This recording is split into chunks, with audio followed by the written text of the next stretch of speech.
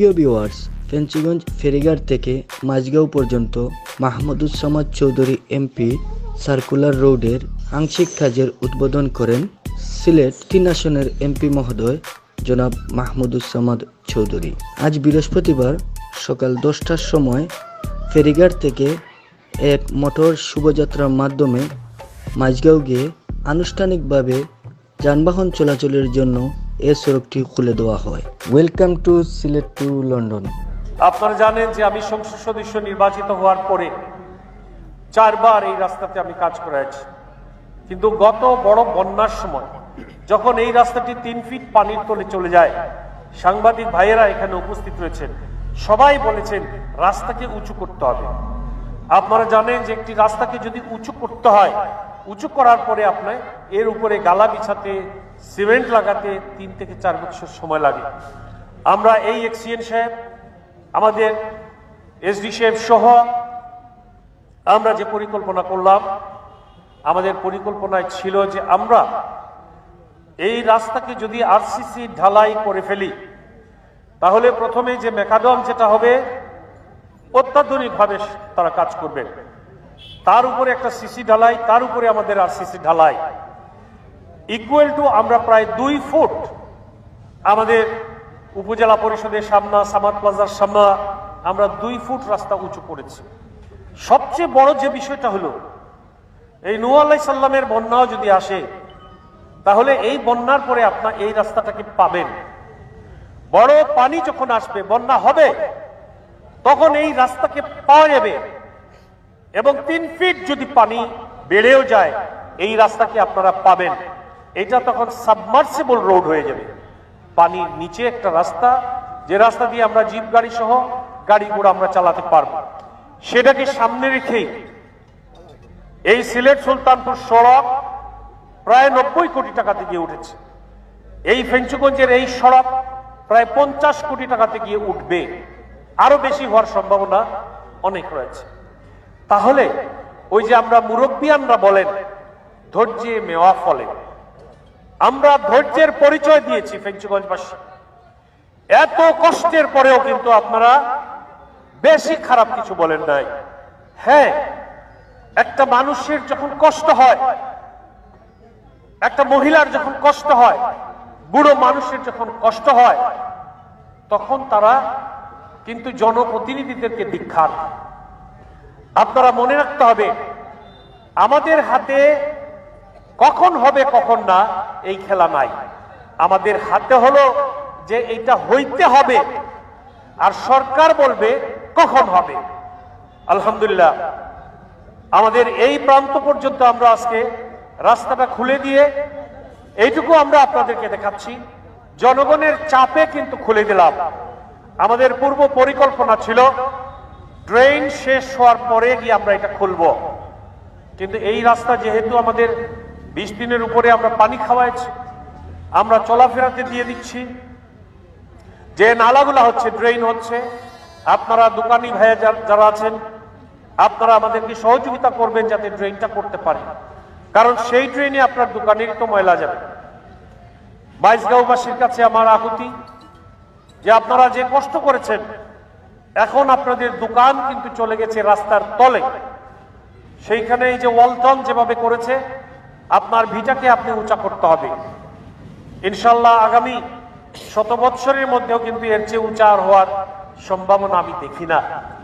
আজকে যখন রাস্তা খুলে দেব, অনেকে মোটরসাইকেল নিয়ে আপনারা এই রেল ক্রস করে, আমাদের কলেজটা ক্রস করে পালবাড়িতে যান, গিয়ে দেখেন কি হচ্ছে।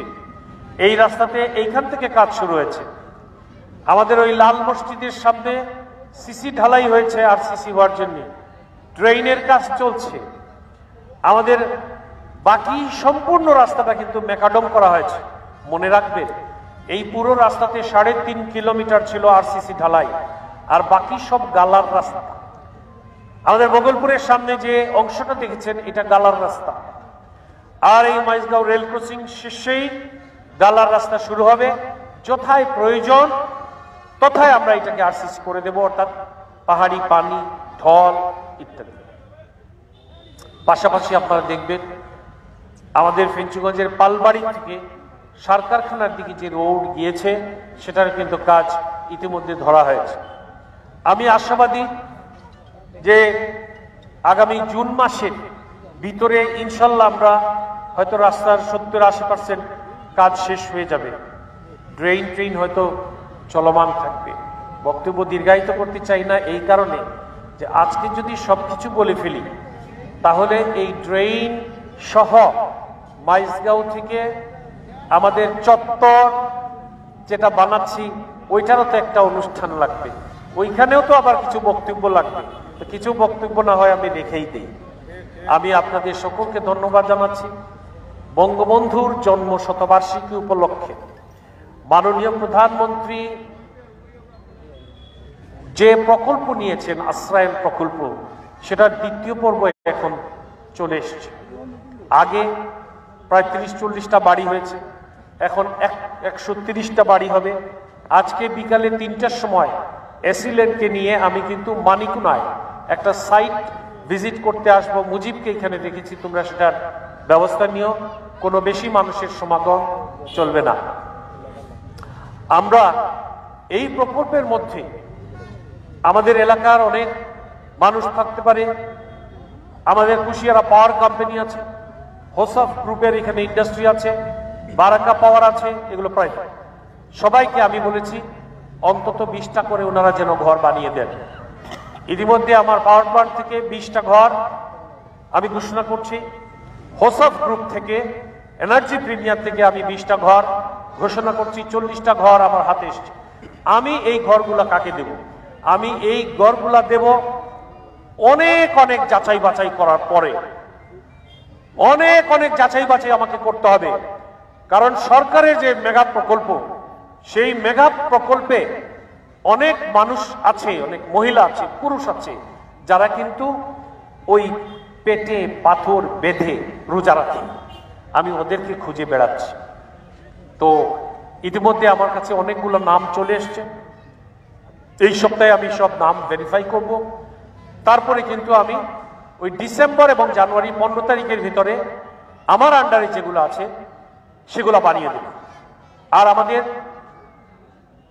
আমাদের যে প্রশাসনের আন্ডারে, বিএম এর আন্ডারে যেগুলো আছে সেগুলো কিন্তু আমার লিস্ট, আমার তালিকা, ওনাদের লিস্ট, ওনাদের তালিকা সবকিছু যাচাই এবং বাছাই করে আমাদের যে এসিল্যান্ড ম্যাডাম আছেন উনি গিয়ে বাছাই এবং বিবেচনা করে একটা ফাইনাল করেছেন, সেগুলো হবে। তাহলে যে জিনিসটা হচ্ছে, বড় বড় কথা বলে লাভ নাই, কিছু করে দেখান। আমাদের মধ্যে যারা আপনারা আছেন আপনারাও চেষ্টা করেন, যেভাবে আপনারা বিগত দিনের রোগীদেরকে সেবা করে দিয়েছেন। আপনারা জানেন যে আমাদের প্রেস ক্লাবের অন্যতম সদস্য সাংবাদিক বাবুল, সে ক্যান্সার রোগে আক্রান্ত। সে ক্যান্সার রোগে আক্রান্ত, তার জন্য আপনারা দোয়া করবেন। বাঁচাটা তার জন্য খুবই কঠিন হবে বলে আমি মনে করি। তো আমি জুলহাসকে কালকে বলেছি, ইশকাকে ফোন দেওয়া হয়েছে যে আমার পক্ষ থেকে আমি 50,000 টাকা ওনাদের হাতে তুলে দেব, যাতে এইটা চিকিৎসার জন্য ব্যয় হয়। আপনারা মনে রাখবেন যে ক্যান্সার রোগী বা অন্যান্য বড় রোগী যারা আছেন, সমাজসেবা অধিদপ্তর থেকে আমার রিকমেন্ডেশন থাকলে এককালীন আপনারা 50,000 টাকা পেয়ে যাবেন। এই ধরনের অনেক বরাদ্দ আছে। আপনারা যদি ইউএনওর সাথে যোগাযোগ করেন, এসিল্যান্ডের সাথে যোগাযোগ করেন, সমাজসেবা অফিসারের সাথে যোগাযোগ করেন, বিভিন্ন প্রকল্প থেকে আমরা আপনাদেরকে সাহায্য করতে পারব। আমাদের যে উদ্দেশ্য, আগামী 2023 সালের মধ্যে বাংলাদেশকে এমন একটা পর্যায়ে নিয়ে যাওয়া যেখান থেকে আমরা আর পিছনের দিকে চাইলেও যেন আসতে না পারি, সামনের দিকে আমাদের যেতে হবে। আপনারা জানেন যে বাংলাদেশ ইতিমধ্যে নিম্ন মধ্যম আয়ের দেশ আমরা ক্রস করেছি। আমরা 2023 সালের মধ্যে মধ্যম আয়ের দেশে আমরা চলে যাচ্ছি। আর 2041 সালের মধ্যে আমরা একটা মোটামুটিভাবে সলভেন্ট রাষ্ট্র, ধনী বলবো না, ধনীর কাতারের একটা রাষ্ট্র আমরা হতে চাই।